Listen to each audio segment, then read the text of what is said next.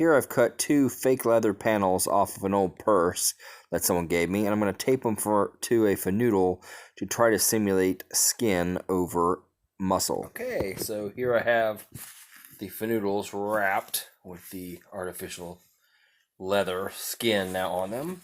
Okay, first sword I'm going to cut with is my French briquette, which is an infantry short saber. You'll see a black rod sticking up from the test target. That's the walking stick kind of stage prop I had lying around that I was going to use for a simulated bone. I've decided it was way too hard wood for these tests, however. If you see, it definitely went through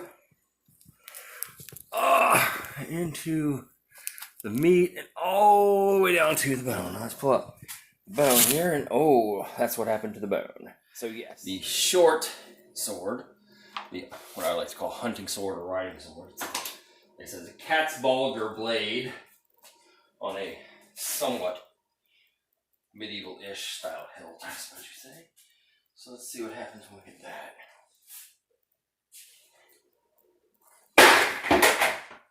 Whew. That definitely gave more resistance, but still it's giving us a good feel. I mean, I felt that, but there's the cut. This is the first cut here. This is the second cut with the sword there. And it too. I don't know if you'll be able to see that. Went down to the bone. Let's see. Pull that up, and ooh, that's the nasty natch on that bone. So let's see, where was the first hit? First hit was here. That was the first hit with the short saber. That's the notch from the short sword. Next, we have my windlass Shrewsbury bastard sword, which has recently been brought back into production. Unfortunately, what I was using to stand my camera up has caught the camera's attention. That's that big white block at the white side of the screen, and it's focusing on that, making me blurry, but here's the cut. Okay, so we can see that clearly went in very deeply, although I don't think it hit the bone very much. Let's pull that out and see. Ooh, harder to pull out the bone. Well, that's, oh, no, it did. It cracked the bone. This was the impact point here, I think, because that was earlier. Yeah, that was earlier. Yeah, so that was very pointy and long Bosworth longsword. If you can see that up close, I don't know how many of y'all have experience with the battle cry, but it's not a black so much as a marbled, kind of crackled look, some people describe it. It's obviously not a heavy cutting sword. I mean, if we look towards the tip, as compared to my thumb, it gets very thin. Just, you can see it's scuffed, but did not cut. Really scored it just a bit. I mean, I feel a dent in the, can't really see it right there. You can feel there's a dent in the actual fanoodle where it went in, and this further broke the stick here that I'm putting here. You can see it is a pretty steep edge bevel, so that's kind of where it came at when I bought it, but I got it somewhat sharper. I mean, it'll cut paper when I slice paper. So, going in some manner, getting sword towards paper, and you see it cuts the paper just fine. Okay, let's see if we can get some vindication here. Ooh, it's kind of tricky. I'm not going to get a good angle here, but oh, look at that. Very deep cut just by putting a little bit of pressure on there and cutting.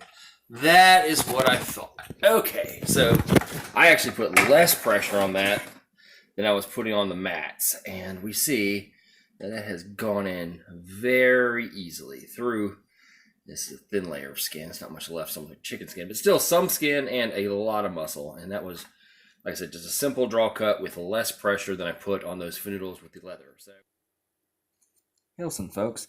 So my two-part experiment tonight was to, one, see if I could make a cheap test target to simulate bone, muscle, and flesh, at which I kind of failed. I kind of simulated more like armor on there, and the bone was a little hard, but I'm on the right track.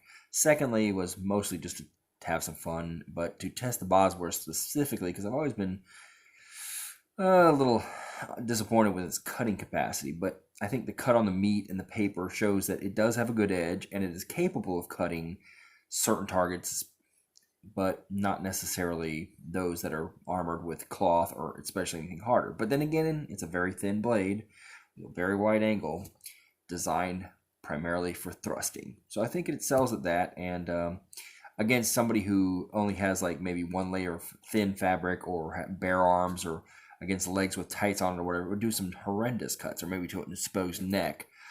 But it is a primary thruster, so that it sells at, the cutting capacity is diminished, but I think it was kept as opposed to an S-Stock, which has no cutting capacity, for the fact that it does apparently have a useful enough cut in certain situations, is what I feel. And I think the tests just kind of show that. So maybe I can get some better targets to show it, cutting better on a target rather than just on a chunk of pork, but whatever. Hilson, good night, folks.